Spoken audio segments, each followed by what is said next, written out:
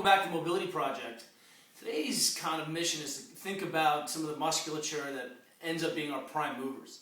And this musculature sometimes in the parlance is they're known as kind of two joint muscles. And that's a muscle that crosses more than one joint or has some effect on the body or change on the body mechanics as inserts across more than one joint. And for example, your hamstring group crosses the hip joint and crosses the knee joint. Your gastroc crosses the ankle and it crosses the knee. Your quadriceps, one of the quadriceps crosses the knee and it crosses the hip. So when we kind of tend to see muscles, it's a common pattern or it's an easy pattern to see that some of these muscles that cross more than one joint at one time tend to be short or they tend to have restriction at one side or the other. And one of the things that we talk about a lot here is load and then tensioning. What am I moving first in range? If I bias the tissue in my wrist and load it up first, that's the load. This tissue is going to experience the most loading as I apply a tension at my elbow. This originally comes from the field of clinical neurodynamics. We can exploit this ourselves as I deadlift or set up, I try to load my hips and hamstrings first and then kind of contention from the bottom.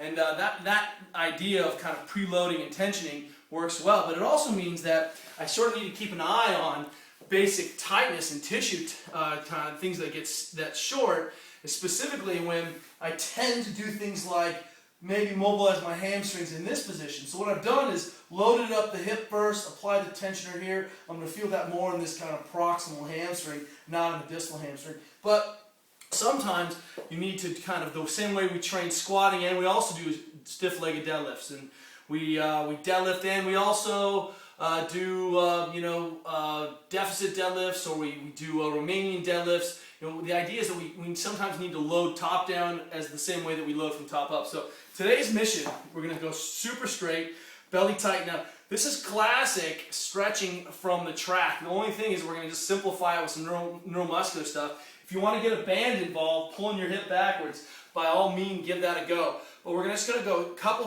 positions. If you're having a hard time getting the legs straight out in front of you, see if you can't come sit on your foot, sit on a box. But the idea here, I don't want to crank your foot back. I'm going to just sit tall. And what I'm going to try to do is practice my mechanics so that I fold forward at the hip. What I'm not interested in is creating a big loaded tension. This is a high position of high neural dynamics, high neural tension, and that sends shock waves of neuralness through my body.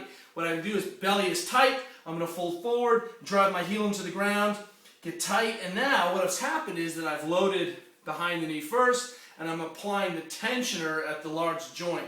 So I tend to feel a little bit more vulnerable here. It doesn't feel great. I'm going to get tight, drive that hip in the ground, 5 seconds on, release, 5 seconds off, and come forward. The key is that I'm practicing maintaining flat backness. If you're that guy who cannot do this without running your back, then Stuart McGill would be very happy if the ground protected your back and you did the same thing. Got tight, release, came forward. But sometimes I can't lay down, but I can't get my foot up on the chair while I'm at work. So if you're not, what I want you to do is we're going to go 5 seconds on, 10 seconds off, 10 seconds. But today I want you to go as wide a straddle as you can take. And then I want you to turn as hard as you can. Classic. Fold your belly, fold forward, and you're going to catch some really lateral bits of your posterior chain. Get tight, drive that heel to the ground, 5 seconds on, 10 seconds off, release. Come in, always at end range. Hang out here at end range for 10 seconds. Get tight again, 5 seconds on, drive it into the ground.